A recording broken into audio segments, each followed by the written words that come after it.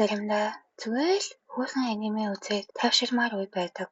Нэгэн нослог ойд ердөө эдгэн сантиметр өндөр жижигхэн хүмүүс амьдардаг. Тиймээс тэдний хувьд эргэн тойрны бүх зүйл асар том мэт санагдана. Нэг жижигхэн модон байшинд Хакуме ба Микочи нэртэй хоёр бүсгүй амьдардаг. Хакуме бол адал явдал дуртай, эрт хүчтэй нэгэн бөгөөд тэрээр барих, урдлах тал дээр маш авьяастай. Харин Микочи тайван, зөөлөн ааштай ба хоол хийх хоёртой үнэхээр гаргууд.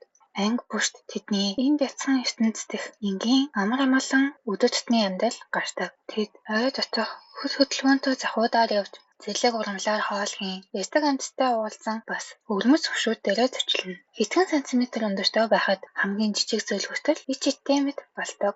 Шуун дээр сууж болно, мөг ширээ болно, жирийн гоёгч 10 том гол шиг мэдэгдэнэ. Харин ой бүхэлдээ нэг том соёл иргэншил мэт санагдана.